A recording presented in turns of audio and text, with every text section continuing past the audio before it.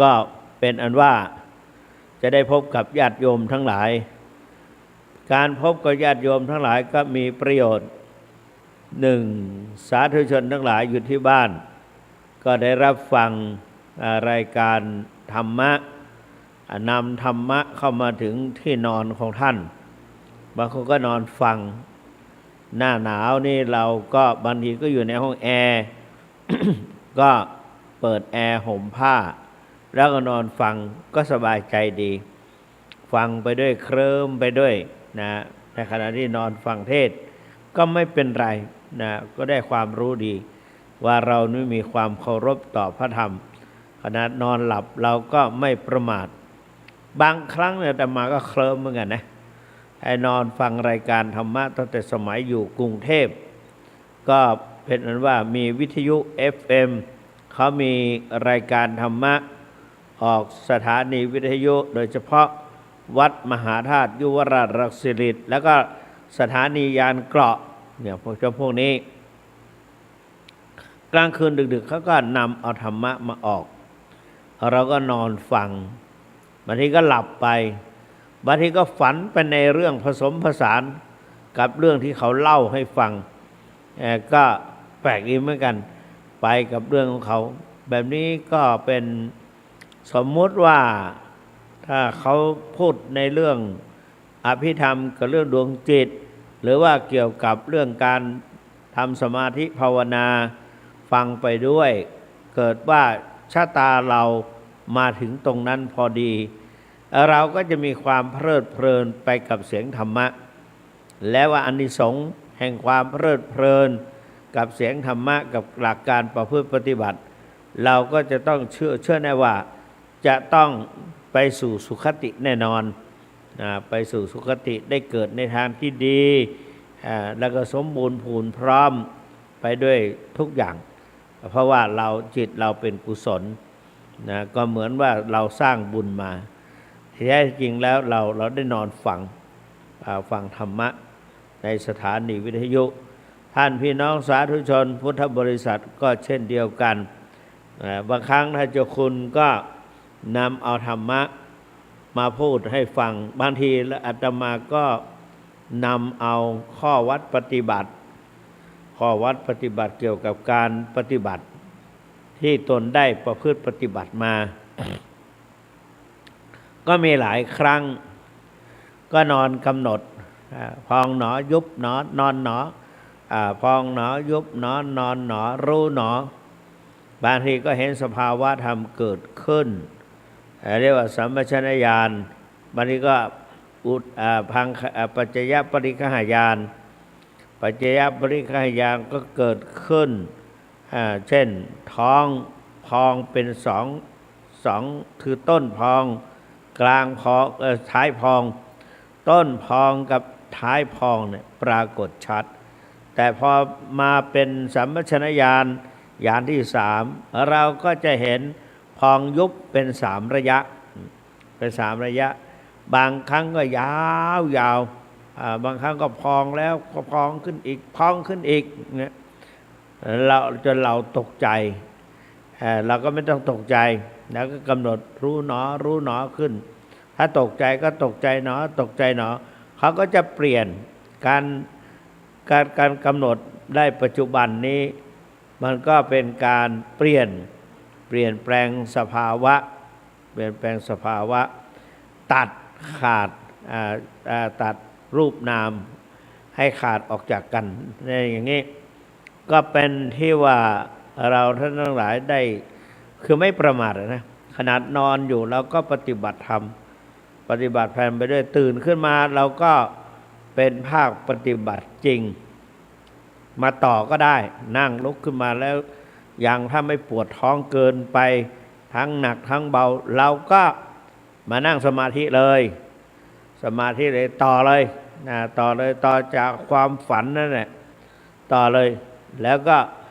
รู้สึกว่าจะได้ดีเพราะว่าเมื่อกี้เราปฏิบัติมามันต่อกันนะต่อกันก็กำหนดได้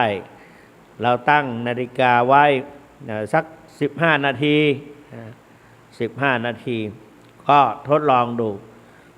พอครบ15 นาที เราจะรู้สึกว่าเรามีความสุขเราไม่อยากจะออกจากสมาธิทั้งที่จิตใจหนึ่งว่าไปได้แล้วเดี๋ยวสายอย่างนี้นะไปได้แล้วเดี๋ยวสายเดี๋ยวเราคนนั้นเราจะไปทำอย่างนั้นเดี๋ยวจะไปทำอย่างนี้เดี๋ยวสายไม่ทันขณะที่เรามาจิตดวงหนึ่งเตือนตนเองแต่ว่ามันไม่อยากลุกมันมีความสุขมีความเพลิดเพลินจิตใจแล้วก็พยายามไม่ออกง่ายๆแล้วก็ไม่เป็นไรก็กำหนดอีกมันก็ส่งพองยุบปรากฏขึ้นอีกแล้วก็ยิ่งชัดขึ้นเรื่อยๆและนาฬิกามันก็ไปเรื่อยๆเดี๋ยวเราก็จะขาดบิณฑบาตนะขาดบิณฑบาตทำไงดีเนี่ยเราก็ขยับนิ้วมือขยับกำมือเราบีบกำให้แน่นๆแล้วก็คลายออกพอคลายออกแล้วเราก็ยกมือจบขึ้นอธิษฐานขอให้บุญกุศลจงไปปรากฏแก่โยมพ่อโยมแม่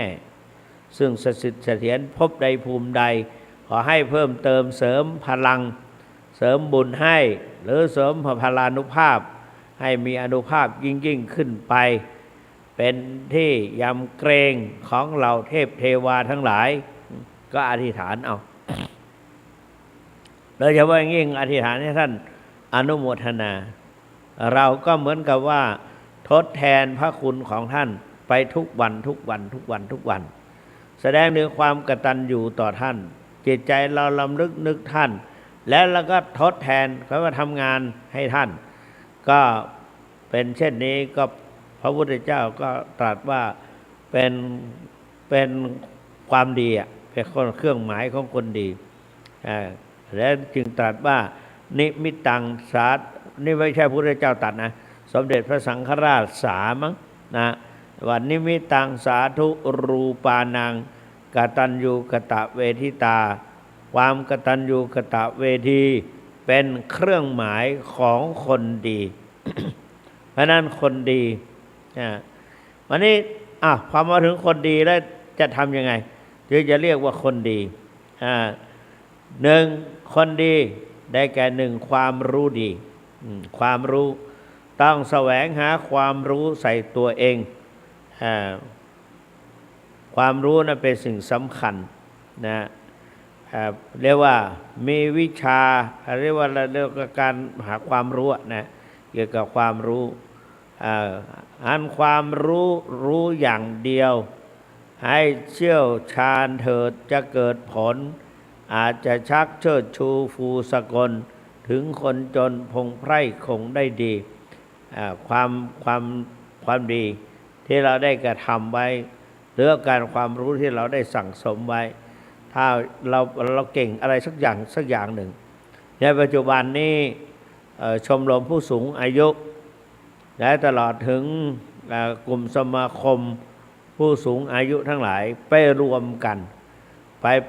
ปฏิบัติธรรมร่วมกันเป็นกลุ่มเป็นคณะก็ดีนะมองดูแล้วก็แลกเปลี่ยนเรียนรู้วิชาที่อยู่ในเนื้อในตัวก็เอาออกไปอยู่ในโครงการของชมรมผู้สูงอายุซึ่งมีทุนสนับสนุนอยู่แล้วก็ไปแลกเปลี่ยนเรียนรู้ก็กลายเป็นติดอันดับมีชื่อเสียงแล้วก็นี่แหละคือความรู้แล้วก็ถ่ายทอดความรู้ให้แก่เพื่อนที่อยู่รอบข้างหรือในสถาบันเดียวกันเมื่อเสร็จเรียบร้อยแล้วก็เป็นการนำมาให้แก่ผู้อื่นผู้ฟังทั้งหลายได้เรียนรู้เรียนเข้าใจสมัยก่อนตอนที่อาตมาภาพอุปสมบทใหม่ๆคืออุปสมบทในปีพุทธศักราช 2517 ตอนนั้นยังไม่รู้จักหลวงพ่อทองหรือหลวงปู่ทองอยู่วัดพระพุทธบาทตักผ้าคนเราจะได้มาอยู่ด้วยกันจะได้มาอยู่ภายใต้ล่มใบบุญหรือว่าภายใต้โอวาทคำสั่งสอนของท่านเราก็มักจะมีอะไรเคลื่อนเราให้ไปพบกันจนได้ครูบาวัดพระพุทธบาทตักผ้าอยู่ดีๆก็ให้คนไปเรียก นะวัดพระบาทนี่เขาอยู่รูปละกุฏิคนละหลังคนละหลังเป็นกุฏิวิปัสสนา แต่ว่าตอนนั้นอนุญาตให้พระสงฆ์สามเณรที่ได้รับการศึกษาอยู่กุฏิละหลังละหลังละหลังจะได้สะดวกมีสติปัญญาได้แข่งขันกันในการท่องตำรับตำราก็เขาก็แข่งขันกัน แล้วก็เนี่ยก็หลวงปู่หลวงพ่อครูบาก็มีความปลื้มใจตูแหวงก็ได้หลังหนึ่งเหมือนกันนะหลังหนึ่งแล้วก็อยู่ได้ท้ายหลังวัดวันนั้นก็ตอน4 โมง5 โมงอยู่ดีๆก็มีเด็กวัดและก็สามเณรน้อยวิ่งไปกระหืดกระหอบไปปากก็ตะโกนตูแหวงตูแหวงเราก็เปิดประตูมาอะไรเนี่ยเขาก็บอกว่าครูบาฮ้องครูบาร้องที่จริงร้อง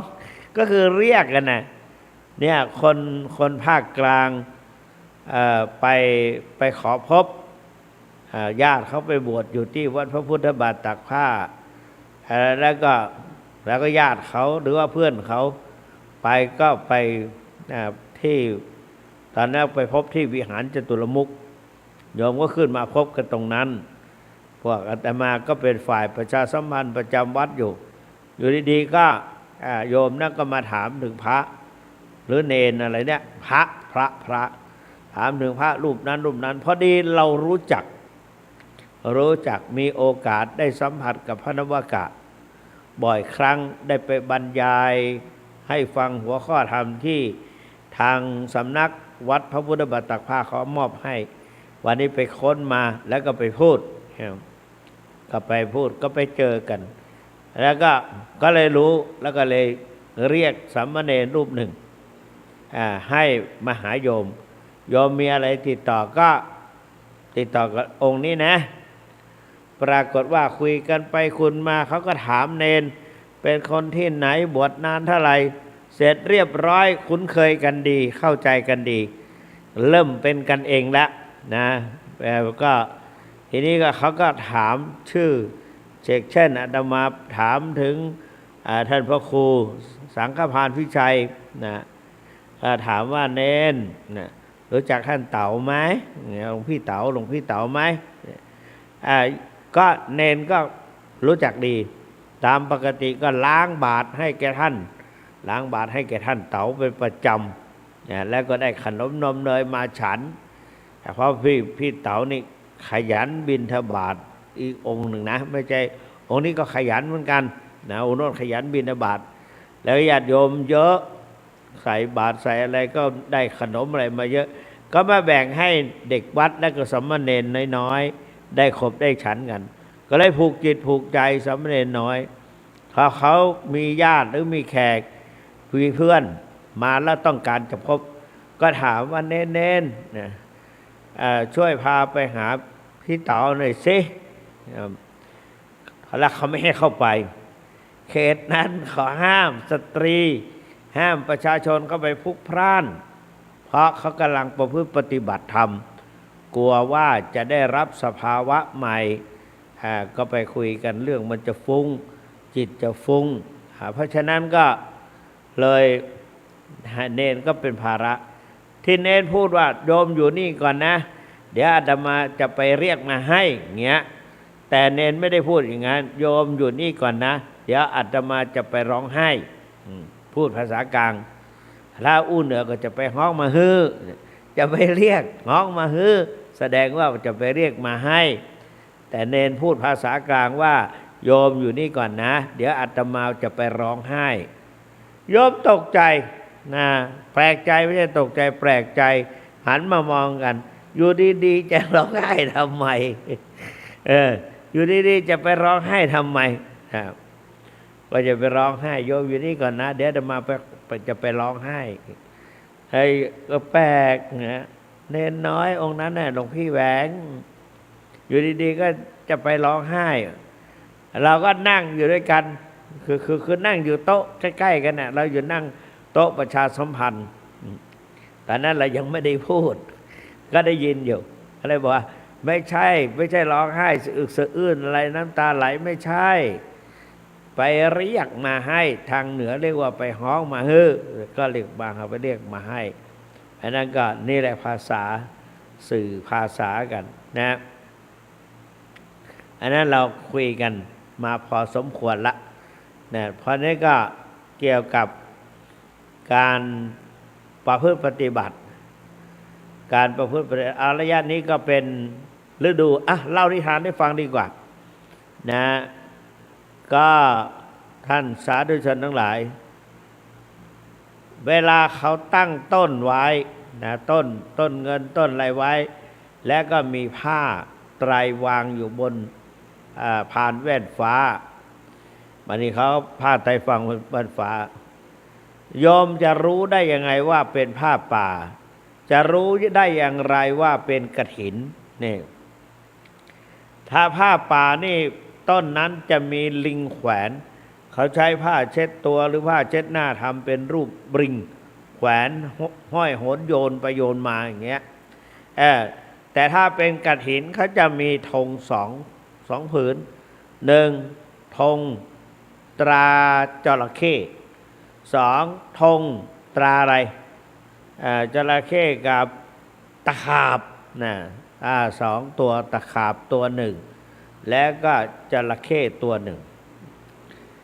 แล้วมันมีความสำคัญอะไรทำไมมาเกี่ยวข้องกับการทอดกฐินตามตำราหรือว่าตามนิทานน่ะโบราณเล่ามาสืบต่อกันมาจนถึงทุกวันนี้เขาว่านะมีตายายสองคนไม่มีลูกอยู่ด้วยกันสองคนและก็แต่ละคนนั้นก็มีทรัพย์สมบัติติดตระกูลมาก็อยู่ด้วยกันสองคนก็ไม่ได้ใช้จ่ายอะไรมากมายก็ปลูกผักหักฟืนตามชนบทผู้ชายเขาก็มีความขยันคนสมัยก่อนได้เวลาจะแต่งงานกันนี่เขาต้องต่อรองกันนะมีชายคนหนึ่งชื่อว่านายปัญญาไปขอแต่งงานกับนางสาวอะไรชื่ออะไรดีนางสาวโสภาก็แล้วกันนายปัญญากับโสภาปัญญาไปขอโสภาก็ออกมาต้อนรับเมื่อมีแฟนมาพร้อมด้วยญาติมาขอดองหรือมาขอมั่นไว้แต่งงานก็โสภาก็บอกว่าถ้าปัญญาสามารถสร้างตลาด7 ชั้นนะรอบบ้าน7 ชั้นตลาดขายอะไรต่างๆเนี่ย7 ชั้นรอบบ้านทั้ง4 ทิศก็ตลาดรอบบ้านมันยังไม่ได้ว่า7ตลาดรอบบ้านทั้งทั้ง4 ทิศก็ปัญญาก็บอกว่าอย่าว่าแต่รอบด้านเดียวเลยนะหรือว่ารอบบ้านชั้นเดียวเลยต่อให้เป็น7 ชั้นก็ได้พอยืนยันแล้วว่าสามารถจะสร้างตลาดรอบบ้าน7 ชั้นก็โสภาก็ดีใจแต่ว่าผู้ชายพอเรียบร้อยก็ถามไปเลยถามว่าการที่เธอจะมาเป็นแม่บ้านของฉันเนี่ยฉันก็ขอตั้งกฎกติกาสอบเธอเสียตอนวันนี้เลยว่าเธอจะสามารถหุงข้าว7 วันไม่บูดหุงข้าวได้7 วันไม่บูดได้ไหมไม่แห้งด้วยไม่บูดด้วยไม่แข็งด้วยนะทำได้ไหมคนอื่นก็บอกว่ามันไม่ได้พอข้ามคืนไปมันก็บูดแล้วทีนี้ส่วนโสภาบอกว่าต่อให้หุงได้7 วัน15 วัน1 เดือนหรือ1 ปีก็จะไม่บูดนะข้าวก็จะหุงข้าวก็จะไม่บูดหมายถึงไม่น่าบูดน่ายิ้มแย้มแจ่มใสแต่ว่าคนทั้งหลายไม่เข้าใจพอเสร็จเรียบร้อย ก่อนที่เจ้าบ่าวจะกลับเจ้าบ่าวก็ชูกำปั้นแล้วก็ยื่นไปไวๆเนี่ยชูกำปั้นแล้วก็ยื่นแขนไปไวๆเป็นกำปั้นเกือบจะถูกนางจะถูกหน้านางฝ่ายใดโสภาคนนั้นก็ทำเป็นอุ้งมือเข้ามาน้อมรับกำปั้นนั่นแต่ถามเป็นปริศนาว่าทำไมต้องทำอย่างนั้นเขาเป็นปริศนาหมายความว่าไงผู้ชายนั้นชูกำปั้นเกือบจะถูกหน้าใบหน้าของนางหมายความว่าฉันขอมอบหัวใจเท่ากับกำปั้นเนี่ยให้เธอจะรับไหมนางก็ประคองทำมือประคองมารับหอบอุ้มเอา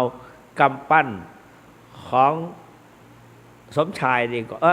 ปัญญาดีกว่าของปัญญาไว้ด้วยดีเนี่ยไอ้นั่นมาก็นี่แหละก็คือว่าต้องมีคนเราจะต้องมีความขยันขันแข็งอะไรต่างๆต้องแต่งงานแล้วก็ต้องมีครอบครัวนะต้องมีความขยันขันแข็งต้องเรียกว่าตื่นแต่เช้าหลับแต่ดึกตื่นแต่เช้าครูบาอาจารย์สมัยก่อนก็สอนเหมือนกันเพราะนั้นการนี่แหละก็คือว่าเราท่านทั้งหลายได้ฟังหลายอย่างนะเมื่อกี้เล่าอะไรไปก็เล่าไปวันนี้มันลืมก็ไม่ได้เตรียมแล้วนึกได้ก็พูดนะวันละก็ไม่ได้ทบทวนแล้วก็นี่แหละวันนี้เราก็ได้ฟังหลายอย่างหลายรสหลายชาตินะว่าคนเรานั้นก็ต้องเพิ่มเติมเสริมปัญญาต้องเอาความรู้ใส่ตัวเองนะต้องมีความรู้ตอนต้นก็แสวงหาความรู้ในชีวิตคนเรานั้นเพราะการรู้การเรียนเป็นบ่อเกิดของความรู้เป็นบ่อเกิดของการงานเป็นบ่อเกิดของทรัพย์เป็นบ่อเกิดของความสุขเพราะนั้นมีหน้าที่ก็คือมีการมีงานเพราะนั้นเราจะทำงานได้ดีจะให้สำเร็จนั้นก็ผู้รู้เขาเขียนไว้โยมฟังนะ1เอาใจใส่ต่อหน้าที่2ทำความดีไม่ท้อถอย3ไม่ปล่อยเวลาให้ว่างสิ่งมุ่งหวังคือความสำเร็จ5งานเสร็จคือเป้าหมาย6สิ่งชั่วร้ายให้ห่างไกลให้ห่างไกลสิ่งร้ายให้ห่างไกลนะเอาใจใส่ต่อหน้าที่ทำความดีไม่ท้อถอยไม่ปล่อยเวลาให้ว่างสิ่งมุ่งหวังคือความสำเร็จงานเสร็จคือเป้าหมายสิ่งชั่วร้ายให้ห่างไกลฝึกใจให้ทนพอไม่ย่อท้อต่อคำตำหนิดำริสร้างสรรค์ยึดมั่นอุดมการณ์เราตั้งปรารถนาไว้ว่าเราจะทำอะไรจะทำอะไรในชีวิตเบื้องต้นของการมีครอบครัวคนสมัยก่อนไม่ได้อะไรติดมือมาเลยอย่างโยมพ่อมาแต่งกับแม่ก็ได้ผ้าห่อหนึ่งเท่านั้นมาแล้วก็มาเริ่มต้นด้วยกันทั้งสองตายายจนกว่าชราก็จะได้สบายไม่กี่ปีต้องลาโลกไปละลาโลกไปเนี่ยท่านสาธุชนแต่ก็ท่านก็ดีนะโยมพ่อโยมแม่ตอนที่ชราภาพท่านก็ตั้งใจใฝ่หาความรู้เมื่อปีพุทธศักราช 2538 พ่อก็บอกว่าปีนี้ตอนนั้นมาไปอยู่กับหลวงปู่ทองปีแรกได้มาอยู่ครั้งแรกครั้งนั้นไปครั้งแล้วก็อยู่มาจนถึงทุกวันนี้ก็มาถึงปีเราไปอยู่เจ้าคุณสุวรรณเมธีเริ่มไปอยู่พศ 2535 พอถึง 38 พ่อเข้ามาบวชตามเข้ามาตามเข้ามาแล้วก็มาประพฤติปฏิบัติขยันทำโดยที่มีลูกชายแนะนำว่า การมาบวชนั้นไม่ใช่มาอยู่เฉยๆไม่ใช่มาหลับไม่ใช่มานอน แต่ก็พักผ่อนบ้างก็ไม่ว่าอะไรนะแล้วก็ท่านก็ตั้งใจเรียนนี่ตั้งใจเรียนโดยเฉพาะอย่างยิ่งท่านก็เรียนหัวข้อธรรมะนักธรรมชั้นตรีเนี่ยตอนแรกแล้วจากนั้นก็อบรมวิปัสสนากรรมฐานแนวสติปัฏฐาน4เบื้องแรกหลวงปู่ทองให้เข้ากรรมฐาน21 วันปฏิบัติไปจนถึง18ว่า20 21นะ21 วัน19ตั้ง19มาก็อธิษฐานนะอธิษฐานก็เรียกว่าแบบอยู่ทนญาณนะหรือว่าเข้ามาก็จะอธิษฐานอยู่ครบแล้วไขว้หน้าไขว้หลังไล่อะไรไปหมดแล้วก็บอกว่าอ้าวหลวงพ่อเนื่องจากว่าโยมพ่อเป็นพ่อของพระนะแล้วก็ทุกคนก็ให้เกียรติเคารพก็เรียกหลวงพ่อตามเจ้าคุณสุวรรณเราก็เรียกหลวงพ่อเขาก็เลยเรียกหลวงพ่อกันทั้งที่โยมบรรดาเป็นบิดาของเราท่านเนี่ยก็ไม่ให้เป็นที่อับอายขายหน้าพระลูกชายท่านก็ตั้งใจเข้ากรรมฐานจนถึง21 วันจากนั้นท่านก็พักผ่อน3 วัน7 วันแล้วก็ทวนญาณไปเรื่อยๆได้หลายรอบนะหลายรอบตื่นเช้ามาก็ไปบิณฑบาตเอามาเลี้ยงลูกชายความจริงเราอยากจะเลี้ยงมากกว่าแต่ว่าระยะนั้นเราก็ตรวจปัญหาเยอะเนาะพระเนรมาอยู่ด้วยเยอะก็บางประโยค3ก็มีการตอบปัญหามีการสัมพันธ์อะไรต่างๆสัมพันธ์คือวิชาสัมพันธ์ไทยนะโอ้ให้มาสัก15 บรรทัดนี่ก็เราไปสัมพันธ์นี่ได้อยู่บางที4 หน้า2 ใบหรือบางที5 หน้านั่นนะแล้วแต่ศัพท์ที่จะประสัมพันธ์เชื่อมโยงกันนี่ก็เนี่ยแหละพ่อก็ฝึกฝนปรือแล้วก็ปฏิบัติกรรมฐานพอถึงปีพุทธศักราช2542แม่ก็ขอบวชบังละคราวนี้ให้อยู่1 พรรษาแต่เนื่องจากว่าแม่ชราอายุเข้าเลข8แล้วก็เลยไม่ต้องละแม่เพราะงั้นก็ประพฤติปฏิบัติเอาเดินจงกรมและนั่งสมาธิเอาก็พอละส่วนจะมาเรียนแบบพ่อนั้นไม่มีใครสอนหรอกแล้วก็ไม่มีนี้ก็ไม่ต้องเรียนแต่ว่าแกก็มีความขยันหมั่นเพียรท่องสวดมนต์ได้หลายบทได้หลายบทแล้วก็เตรียมตัวเพราะว่าเราใกล้ชราขึ้นมาทุกวันพระพุทธเจ้าตรัสว่าอย่าประมาทความประมาทนั้นเป็นโอกาสทำให้เสียโอกาสสูญเสียโอกาสที่สำคัญแต่ถ้าเราไม่ประมาทการฟังนี่มันก็ต้องได้บุญอยู่แล้ว1ได้บุญ2ได้ความรู้3ได้อุปนิสัย4ได้หลักการปฏิบัติ5ได้อุทิศส่วนบุญส่วนกุศลไปให้บรรพบุรุษตลอดถึงสรรพสัตว์ทั้งหลายหรือว่าปรัตถตูปชีวีเป็นจำพวกที่ต้องอาศัยอนุโมทนากับคนอื่นแล้วก็เราก็เอาอาศัยท่านเลี้ยงไว้เลี้ยงชีพเราบุญกุศลนะติดตามทำให้เราเกษมเปรมปรีอิ่มเอมเปรมปรีตลอดทั้งวันนี่ก็คือตอนที่โยมแม่มาบวชแม่มาบวชขยันและท่องสวดมนต์นี่ไม่กี่วันก็ได้บทแล้วก็ถามว่าแม่ท่องยังไงเขาก็ท่องถ้าคนมีอายุแล้วก็ท่องวันละศัพท์ยาวๆก็มีติดกันมี5-6 พยางค์แล้วก็ท่องไปเนี่ยก็สมมติไม่ใช่สมมติคือทำจริงๆแล้วก็ได้จริงแล้วก็นำมาสอนอาตมาเอามาทำดูก็ทำให้เราดูเหมือนว่ามีสมองจำดีแต่ความจริงแล้วทฤษฎีต่างๆแม่ตามสอนตั้งแต่นอนแบเบาะจนถึงชราเนี่ยไม่มีใครที่จะสอนเราได้นะครับเพราะนั้นเราก็นี่แหละก็ทุกสิ่งทุกอย่างเรามาทำแลกเปลี่ยนเรียนรู้เราก็จะได้ความรู้จากกันและกันนะก็นำมาเสนอในวันสำคัญเนี่ยอย่างเนี้ยก็เรามาพบปะกันโดยเฉพาะอย่างยิ่ง ผู้สูงอายุผู้สูงวัย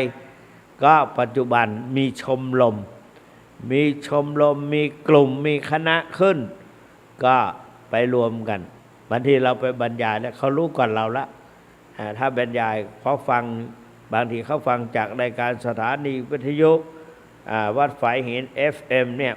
บางทีท่านก็เปิดเราไม่ได้พูดสักหน่อย ท่านก็เอาไปเปิดคือใช้เทปเก่าม้วนเก่าไปเปิดก็ครั้งหนึ่งรู้ว่าไปนครปฐมนะพุทธมณฑลเป็นนครปฐมออกมานั่งแท็กซี่ออกมาแล้วก็จะขึ้นดอนเมืองนะเพราะว่าอีกไม่กี่ชั่วโมงก็จะขึ้นเครื่องบินแล้วกว่าจะตกเครื่องบินก็อยู่ดีๆก็โทรศัพท์ดังขึ้นแล้วก็ยกหูทักขึ้นไปเขาก็บอกฟังอยู่นะอะไรฟังอะไรตอนนี้มันบ่าย3 โมงเราเพิ่งกลับจากนครปฐมมาเนี่ยแล้วจะไปสนามบินดอนเมืองเงี้ยเขาบอกฟังอยู่นะนี่เราก็นึกได้ทันทีทันใดเราถามว่าฟังรายการไหนเขาก็บอก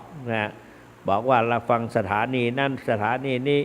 เขาเอาไปออกก็ขอกราบขอบพระคุณครูบาอาจารย์ที่นำเอาเทปเอาเจ้าคุณสุวรรณเมธีไปบอกฟังแล้วพอจะเป็นประโยชน์ก็ไปเปิดให้ฟังแล้วก็จะเป็นอานิสงส์ติดตามตนไปทุกภพทุกชาติไปทางไหนก็ไม่อุดตันไม่ตันคือไม่ตันหนทางก็ไม่ตันจิตใจเราก็ไม่ตันไม่ถึงทางตันนะเพราะว่าเราเตรียมตัวอยู่ตลอดเวลาเพราะนั้นเราก็ได้บุญมาจากการฟังเป็นอันดับแรกวันนั้นเคยพูดว่าคนเราเนี่ยที่จะทำอะไรได้สำเร็จนั่นน่ะจะต้องให้มีตาอยู่4 ตาหรือ5 ตาก็ได้5 ตา1สุตาแปลว่าการฟังอย่างดีตั้งใจฟัง2โสตาอันเดียวกันแหละอันเดียวกันตัวนั้นทำสรุเป็นสระโอก็เป็นโสตาโสตาเอาอาปันนะไปต่อเอกโสดาบันเห็นไหมโสดาบันก็เป็นผู้ถึงพร้อมด้วยก็เป็นพระโสดาบันนะคุณธรรมแห่งความเป็นพระโสดาบันนี่แล้วก็นี่แหละฟังได้เป็นโสดาบัน สุตาหรือโสตาโยมสังเกตดูอาตมานะเพราะว่าแสบตาก็เมื่อคืนที่ผ่านมาก็ฉันกาแฟฟังเทปนี่แหละฟังเมื่อวานนี้ได้บรรยายแล้วก็เข้าไปมันก็โดยฉันกาแฟไปพอไปถึงกุฏิแล้วมันไม่หลับก็นั่งกำหนดอะไรต่างๆจนถึงสว่างก็ไปร่วมทำวัดแล้วก็ดูเหมือนว่ามาบวชชีคนหนึ่งนะบวชชีเสร็จเรียบร้อยก็จะมาฉันข้าวต้มเนี่ยก็ไม่ได้พักผ่อนวันนี้ทั้งวันแล้วก็ไปธุระคือรู้แล้วไปวัดศรีสุพรรณวัดที่เจดีย์พังนะโยมในตัวเมืองเชียงใหม่หน้าโรงเรียนอะไรนะวัดศรีสุพรรณเจดีย์ตอนนี้เข้าไปใกล้เจดีย์ไม่ได้แล้วเขาทำรั้วปิดหมดเลยทำรั้วปิดเป็นตาข่ายคนเข้าไม่ได้ไก่ก็มุดเข้าไปไม่ได้ก็ถามว่าปิดไว้ทำไมกลัวคนจะไปขุดเอาของดีในเจดีย์มีของดีนะเพราะฉะนั้นเจดีย์ที่จะสมบูรณ์1ใหญ่2สูงนะ1หนักใหญ่กว้างฐานกว้างแล้ว2ฐานสูง1ใหญ่ฐานหนักฐานกว้าง2แล้วก็สูง3มีของดีอยู่ข้างในต้องหนักแน่นมั่นคงสูงส่งใหญ่โตหนักแน่นมั่นคงสูงส่งและก็มีของดีอยู่ข้างในเพราะนั้นคนเรานั้นพ่อแม่ก็เปรียบเหมือนเจดีย์ของลูกเจดีย์ในบ้าน เป็นพระในบ้านเป็นเจดีย์ในบ้านอย่างเงี้ยก็ทำให้คนได้กราบไหว้เจดีย์ลูกเต้าลูกหลานกราบไหว้พ่อไหว้แม่บูชาพ่อบูชาแม่ก็เจริญจากเจริญถ้าใครเคารพต่อพ่อแม่ของตนเองด้วยน้ำใสใจจริงเราทำอะไรก็เพื่อพ่อแม่ครูบาอาจารย์สอนอาตมาเพราะว่าตั้งแต่เป็นสามเณรละเพราะว่าตอนที่ไปอยู่นะครูบาปันสอนอยู่ตลอดเวลาเพราะไปร่อนปูนให้แก่ท่านวัดนั้นเขาสร้างวิหารแล้วก็เขาไปซื้อปูนที่มันเผาแล้วมาเป็นก้อนกุ้งกิ้งกุ้งกิ้งกับก้อนนะถ้ากับเอาขว้างอะไรก็ได้ถ้ากับหนักอยู่ในกำมือได้เป็นก้อนที่ไหนได้หินเหล่านั้นเขาเผามาเรียบร้อยสุกเรียบร้อยเอาไปแช่น้ำจะขยายใหญ่เลยแล้วก็เขาเอาเคี้ยวกินกับหมากก็ได้ปูนขาวนั่นนะแต่ว่าระวังมันจะกัดฝีปากก็เขาเอามากองไว้ให้เราก็ไปดูเอามาเคาะกันมันดังกิ้งก้องกิ้งก้องคล้ายๆกับมันจะเป็นดนตรีได้พอเอาน้ำใส่เท่านั้นโอ้ตกใจมันขยายออกมากองเบล่มเลยสามารถใส่กระป๋องถังน้ำได้เต็มเลยมันไม่กี่ก้อนแล้วตกใจแล้วก็ถามครูบาก็บอกเนี่ยปูนขาวเขาเผาก็พอดีหลวงปู่ครูบาเจ้าอาวาสเก็บไว้ทำก่อไว้คล้ายๆกับเล้าไก่นี่แหละ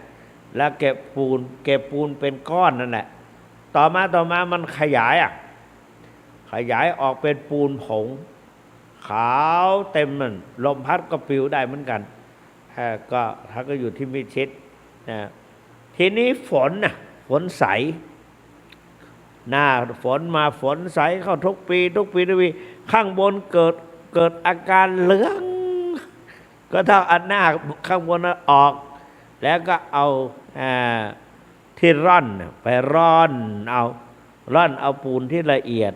ไอ้ที่เป็นก้อนเป็นอะไรต่างๆที่มันเสียก็ไม่ต้องเอาไว้ไปผสมกับปูนซีเมนต์ทรายเอาไว้ฉาบฝาผนังฉาบฝาผนังมันก็จะสีขาวออกตั้งแต่ข้างในมาเลยนะแล้วก็ไม่ค่อยติดมือเท่าไหร่แต่ไปนั่งพิงก็ไม่ค่อยติดฝาไม่ค่อยติดเสื้อเท่าไหร่นะติดเหมือนกันแต่ว่าติดน้อยอันนี้ก็คือไปร่อนปูนให้ท่านก็แนะนำสอนวิธีเมื่อกี้ก็นั่งนึกอยู่ได้อยู่แต่ว่าคุยไปคุยมาก็อาจจะลืมไปก็ได้เพราะว่าไม่ได้เตรียมไว้ว่าจะพูดในเรื่องนี้เป็นครูบาอาจารย์สอนลูกศิษย์ลูกหาได้แลกความรู้เพื่อว่าแลกเอาวิชาของเขาที่มาบรรยายหรือมาสาธิตเรื่องต่างๆให้ครูบาอาจารย์ได้ฟังแลกเปลี่ยนเรียนรู้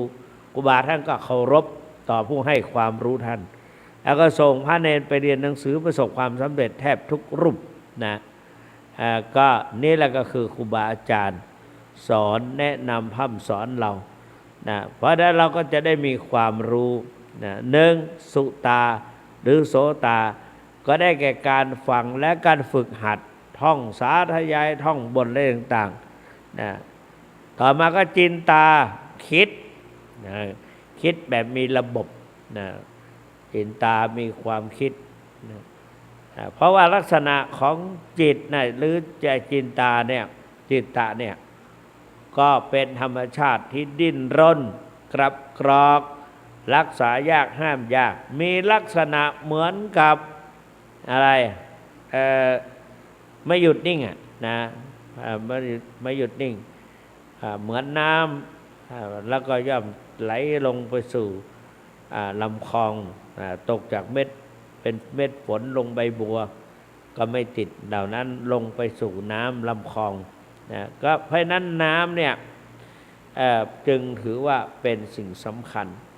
สมัยก่อนนั้นเวลาแต่งงานอาตมาอยู่กรุงเทพตอนนั้นค คนกรุงเทพในเวลาเขาแต่งงานนะก่อนจะไปวิธีแต่งงานจริงๆในบ้านของเขาก็รุ่งเช้าขึ้นมาเขาก็จะนิมนต์พระไป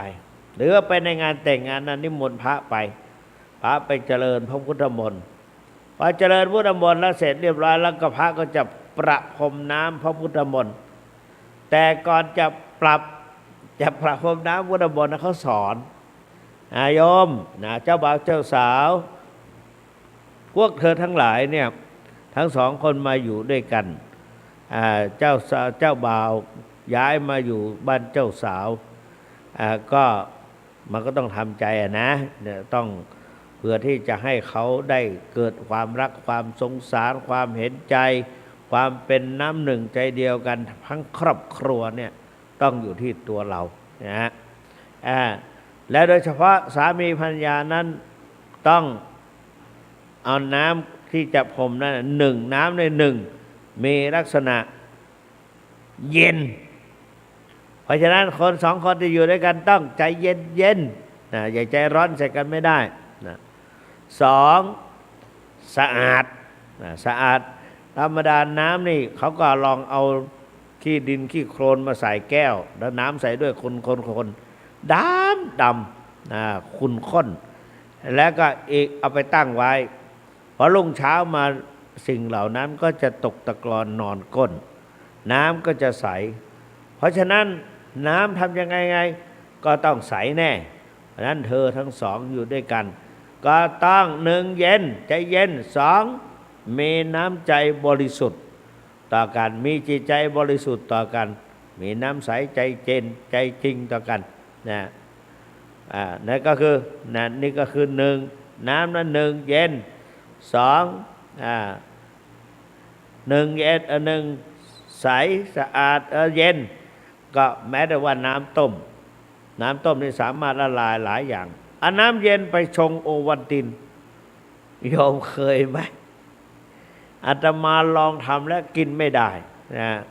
เพราะโอวัลตินจะไม่ยอมละลาย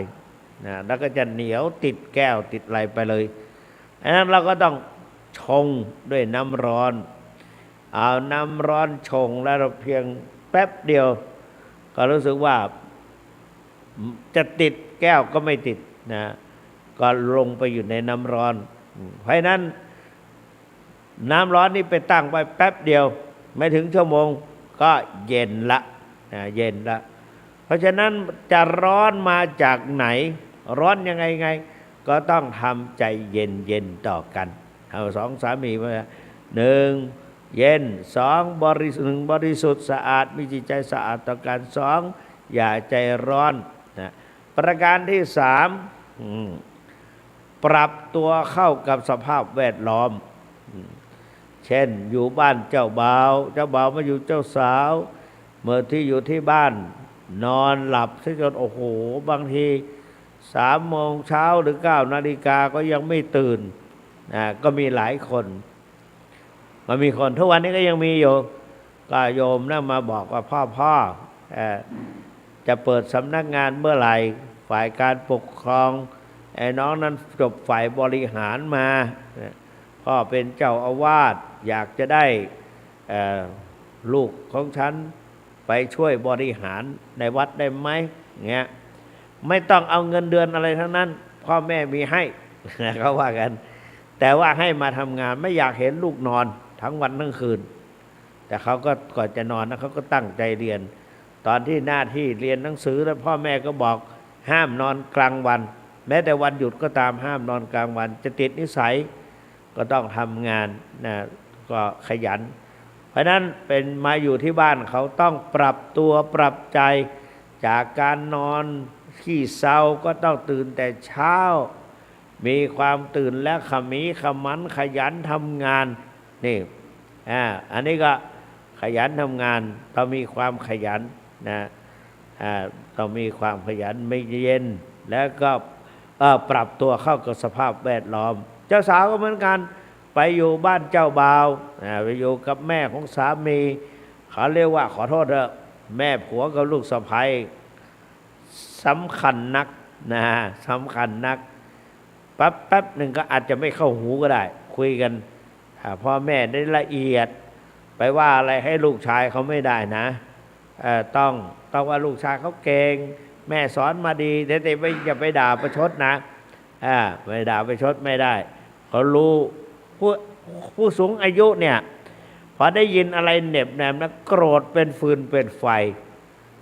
โกรธเป็นฟืนเป็นไฟนะเพราะว่าถือตัวอยู่เพราะว่าเราเกิดก่อนเราเป็นถึงแม่สามีแม่ภรรยาเนี่ยแม่ของสามีเธอเนี่ยเธอเป็นลูกสะใภ้แล้วเธอจะมาว่าให้ฉันอย่างนั้นไม่ได้เธอมาอยู่บ้านฉันด้วยเงี้ยก็ระวังต้องใจเย็นเป็นภรรยาเขาต้องใจเย็นนะต้องทำตัวปรับตัวเข้ากับสภาพแวดล้อมและที่สองคนน้ำนั้นรวมตัวกันเป็นนิดแยกกันไม่ได้ขาดกันโยมลองฟังน้ำเนี่ยนะลองเอาใส่ภาชนะแล้วก็เอามีดไปแกว่งแวบว่ามันขาดจากกันทีเดียวก็ติดกันละแป๊บเดียวนั่นน่ะเนี่ยมันก็คือตอนที่เราฟันนั้นมันขาดอยู่แต่ระวังหน้าแข้งตนเองให้ดีเพราะมันฉลบมาอาจจะถูกตัวเองก็ได้ถ้าไปฟันในน้ำนะดังนั้นก็ทดลองอยู่ก็ได้เพราะว่ากั้นน้ำอะไรไปกั้นไว้น้ำมันก็รวมกันอยู่เสมอนะเพราะฉะนั้นสามีภรรยาต้องรวมกันนะรวมกันอยู่เสมอรวมตัวกันไม่แตกไม่แยกอะไรต่างแม้จะถูกยุแยงตะแคงรั่วเราก็ไม่เหมือนกับวันที่ไม่ผ่านมาไม่กี่วันเขาจะแต่งงานจะเอา100,000แต่ว่าฝ่ายผู้ชายบอกว่าจะไปให้เจ้าสาวก็คือ 99,999 บาท 99,999 บาทให้มันลง9หมดเลยนะเขายังไม่เอา100,000แต่พอไปจริงๆได้ให้เขา10,000ทะเลาะกันนะก็ไปหาไม่ได้ไปยืมที่ไหนก็ไม่ได้นะแต่ก็นั่นแหละความรักความชอบกันนะเพราะฉะนั้นพอสุดท้ายก็ไม่ขันหมากแต่ว่าเจ้าบ่าวเจ้าสาวยังรักกันนะเห็นใจกันเพราะเขาเปิดอกคุยกันมีอะไรก็คุยกันไปอะไรก็คุยกันไปนะปรับความเข้าใจเสมอเพราะยังไงก็เงินก้อนนั้นก็จะเอามาลงทุนลงรอนทำมาค้าขายร่วมกันหรือว่าก่อร่างสร้างตัวทีเดียวกันก็ไม่มีอะไรละเพียงแต่น้ำเปล่าๆไปใส่เยอะๆเวลาเราประพรมน้ำก็เห็นใจกันเหมือนกันเห็นอกเห็นใจชาวบ้านก็อยากลืมสติไปว่าตนเองใส่ผ้าใหม่ไปนะเวลาไปประพรมน้ำมนต์พุทธมนต์ในบาตรนะเขาชอบเอามาใส่1ฝักส้มปล่อยแล้วก็ดอกสารพีแล้วอะไรต่อมีอะไรใส่ลงไปใบอะไรบางทีก็ใส่ใบ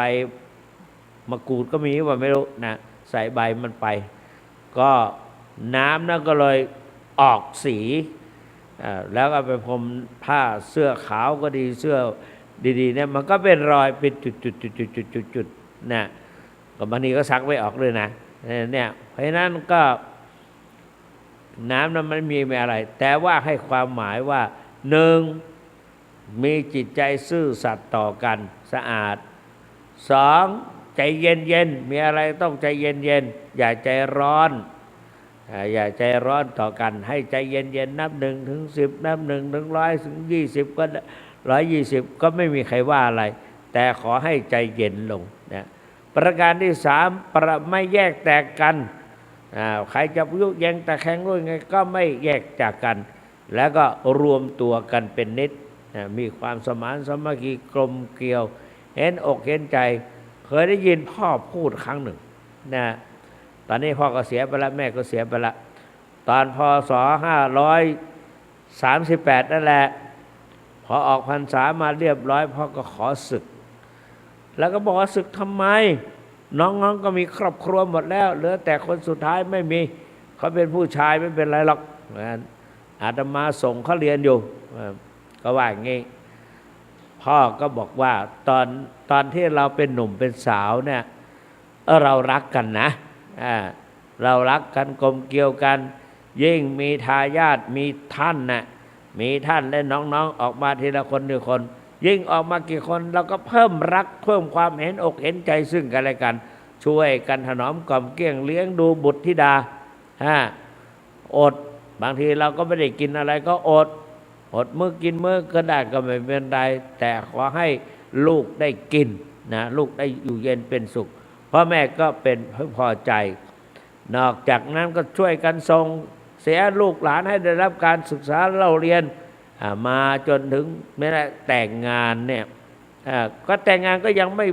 ไม่หยุดก็ยังจะมั่นผู้ชายจะไปมั่นฝ่ายเจ้าสาวก็ต้องพ่อก็หาให้ป้ายพื้นนั่นแหละห้องนั้นมันสะอาดนอนไปแต่ก็เลยไม่ได้มาแต่ว่าพอน้องสาวคนนี้จะออกเหย้าออกเรือนก็ขนไปตอนแรกก็เอาเสือคนละผืนต่อไปเผื่อแขกมาก็เอาไปแขกอีกหมอนก็ต้อง5 ลูก 6 ลูกโอ้ยว่าของแม่นี่ตั้งใจเวลายัดนุ่นนี่แม่เป็นคนยัดเองน้องสาวก็ไม่ทำไปเห็นอยู่นะก็แม่ก็ก้มหน้าก้มตาทำเพราะมีลูกสาว2 คนเวลาออกเหย้าออกเรือนเขาก็จะต้องได้เนี่ยแต่ผู้ชายเขาไม่เอาขอให้มีตังค์พอใจละ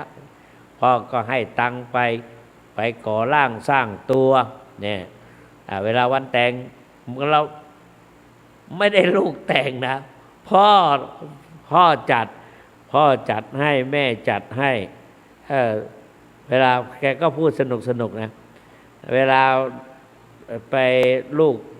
กผู้ชายไปแต่งงานไปส่งลูกชายแล้วก็มีคนถามว่าเมื่อวานนี้ไปไหนกันมาไปแต่งงานใครแต่งงานผมเองนะไปจัดงานแต่งงานลูกแต่งงานแต่ว่าลงทุนเนี่ยพ่ออะไรก็พ่อทั้งนั้นก็ไม่ว่ากันนะอันนี้ก็คือพ่อแม่รักลูกพูดถึงโยมพ่อต่อจากนั้นเวลาลูกเจ็บไข้ได้ป่วยบางทีมันร้องไห้พ่อพูดงั้นร้องไห้โอ้โหทั้งวันทั้งคืนเลย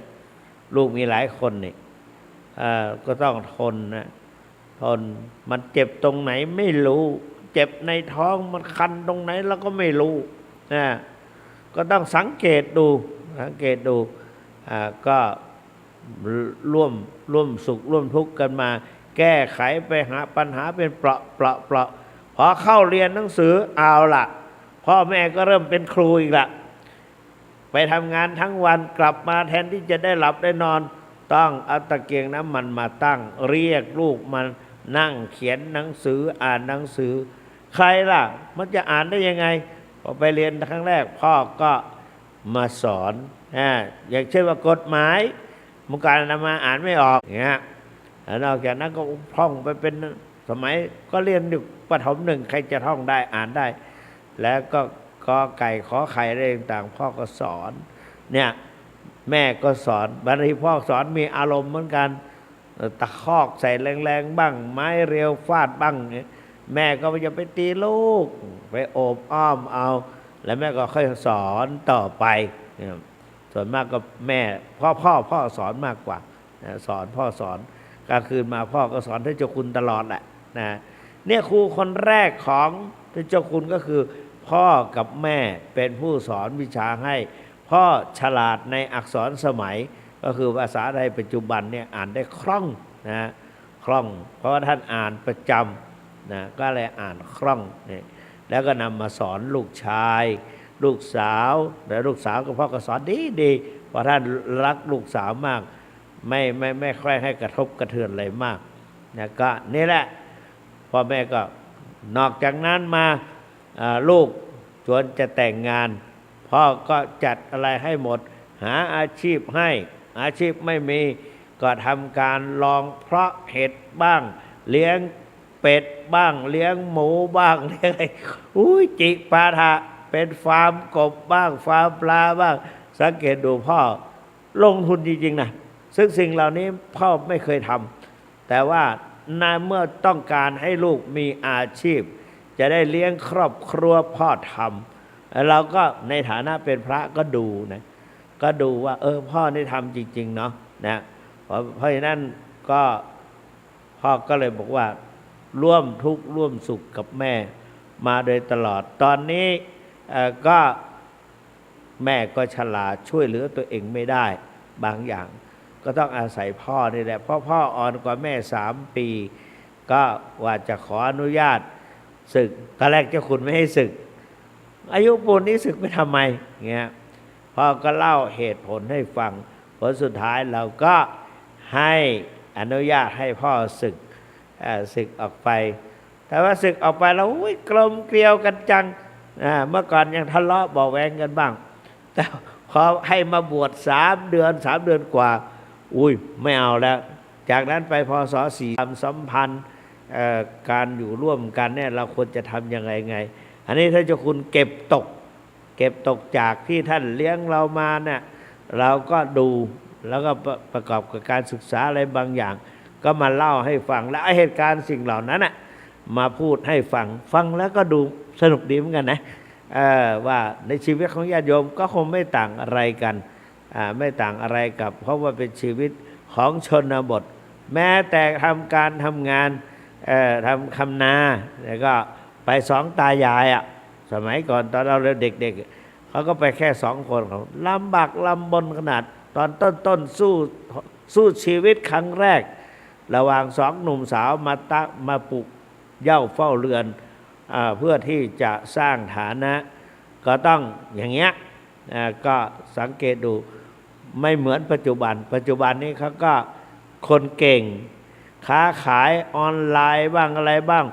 มีเงินเป็นกอบเป็นกำเนี่ยอันนี้เขาเล่าให้ฟังนะแต่ก็ไม่รู้เขาเล่าให้ฟังเมื่อกี่วันมาเองเพราะว่าเขาทำอย่างนั้นก็มีรายได้เด็กปัจจุบันนี่เก่งกว่าจะสร้างเรือนสร้างอะไรมาแล้วบางทีปลูกบ้านหลังบัลลัมนะให้พ่อแม่ได้อยู่อาศัยนี่ก็เป็นบุญของพ่อแม่เป็นอานิสงส์ที่เราทำกับพ่อแม่ของเรามาวันนี้ก็สัพเพเหระนานาสาระพูดให้ญาติโยมมาฟังลืมเปิดสถานีลืมเปิดให้โทรหาเหลือนาทีเดียวไม่ต้องโทรแล้วเนาะเอาไว้พฤหัสและศุกร์หน้าวันก็จะนำมาพูดกับศรัทธาญาติโยมพี่น้องประชาชนแล้วก็ให้โทรกันเข้ามาใหม่วันนี้เหลือนิดเดียวขออำนาจคุณพระศรีรัตนตรัยและกุศลผลบุญที่เราท่านทั้งหลายได้พบกันได้สนทนาปราศัยซึ่งกันและกันแล้วก็เห็นว่าสมควรแก่เวลาขออนุภาพคุณพระศรีรัตนตรัยกุศลผลบุญปกปักวิทักษ์รักษาให้ท่านทั้งหลายแคล้วคลาดจากพยันตรายภัยวิบัติพบแต่ความสุขสวัสดิ์พิพัฒนมงคลสมบูรณ์ผลดังที่ตนตั้งไว้ทุกๆประการเหมือนกันทุกท่าน